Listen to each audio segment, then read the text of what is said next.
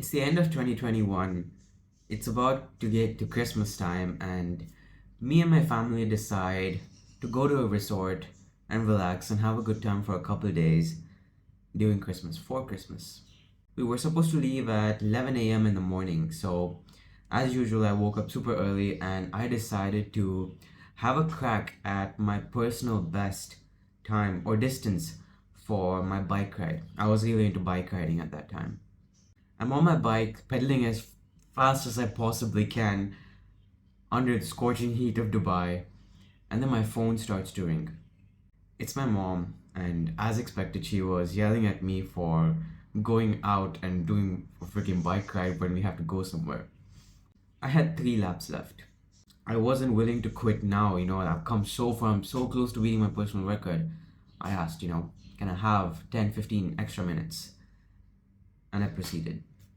And eventually I broke the record. If you guys are wondering, I'm no great cyclist here, but going and beating my personal best is a huge accomplishment for me or it was at that time. So I was super delighted. Went home and I proudly, tell my mom this, and guess what she replied with? Why did you tire yourself? It's Christmas. It's time to enjoy. Why would you go and do all this? That's the response I got. You know how hurt I was at that time? It's not that I wanted validation or anything, but just for me to put so much effort and get that as a response, it was painful. I rode my boy bike under the scorching heat, and if you guys live in Dubai, you will know how hot it is here. And I was riding so hard for so long, over 36 kilometers, and this is the response I get for all the effort I put in for about 2.5 hours or 2 hours. What are you doing behind the scenes? That's the title of this video, and I'm also genuinely asking you, what are you doing when no one's watching? The key component of anyone succeeding in any field is what they do behind the scenes, what they do when there are no eyes on them. It's very easy, trust me, it is very easy to be in the game, be very competitive when people are watching you, people are perhaps, having their eyes on you. It's very easy to, be amped up and be pumped up to perform. But people are not always going to be watching. 90% of the time, they're not going to be watching you. And what are you doing then?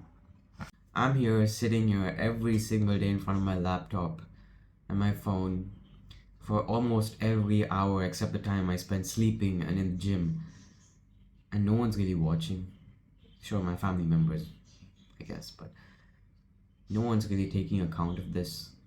I'm not here to boast about it and say, I'm super hardworking or whatever, but I'm here to give you an example. It's very easy to, start getting complacent and start to derail off your responsibilities and your purpose in your work when no one's watching. You must not. This is a quote that has been on my mind for a while from the great man Usain Bolt.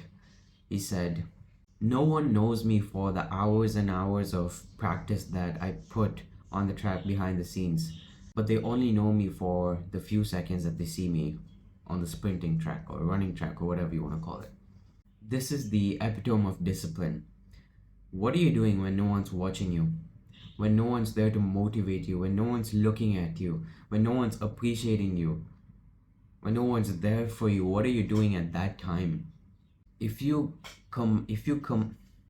perform and put in the work, especially at those times I just mentioned right now, you're racing past your competitors. Trust me, whatever field you're in right now, there are hundreds and thousands of people out there trying to do the same thing you are, have the same ambitions. But what's going to separate you from them is what you do when no one's watching, what you do when you don't feel like putting in the work. What are you doing then? If you're going to decide to say, I'm just going to have I don't feel like doing it, I'm going to hop onto phone and I'm going to freaking scroll on Instagram for a few hours, then they're going ahead of you. It's hard to know that, but that is the truth. It even is hard for me because sometimes, I'm like, man, do I just want to take a rest day off the gym? I guess I can't say gym because you need a rest day at some point for the gym, but let's say whatever, okay, a cheat day or something. You get my point. I want to take a day off.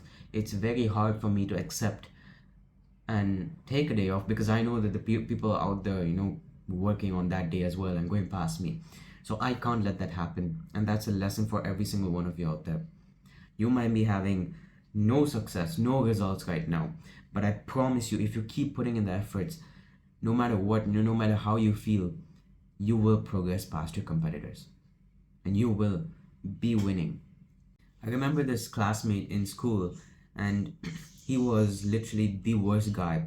He would do everything you expect the average 16-year-old teen to do, which I don't have to mention what it is, but he would do every single thing. The moment the teacher walked into the class, he would pretend to be the best student the teacher's ever set his eyes on or her eyes on. And I know this doesn't have much correlation with working hard and discipline and so on, but I'm saying it to give you an idea. Whenever you're sitting around in your bed, you know, it's early in the morning, everything seems so dull, no one's looking at you, and you feel really tired, you're really worn out, and you don't want to put in the work, you don't want to do the things that you have to do. That's the time that I want you to remember this video and understand that what you do at that moment is what will decide eventually what you end up being in the future. It's not the 5 days out of the week where you feel perfect and you feel motivated. No, it's what are you doing the other 2 days, because at some point, you're not going to be feeling great. You're not going to be feeling like, oh, I want to do this. Think of if you're a guy who goes to the gym, because I think the gym is the easiest example I can use, and most guys on self-improvement are going to the gym. But now, I'm not saying you have to go to the gym every single day, but let's say you have to work out 6 days out of 7. And 5 days, you're super motivated, you're listening to music, you're amped up. One day, your leg is hurting a bit. You feel a bit more nauseous, you feel sick. Your pre-workout is over, so you can't even take that. What are you going to do then? Are you just going to say, I'll just skip it today and I'll make it up next week? Are you going to do that? Because if you do, you're falling behind your competitors.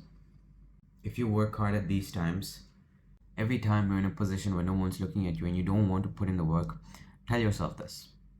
All right, this is where others stop, but I'm not going to stop.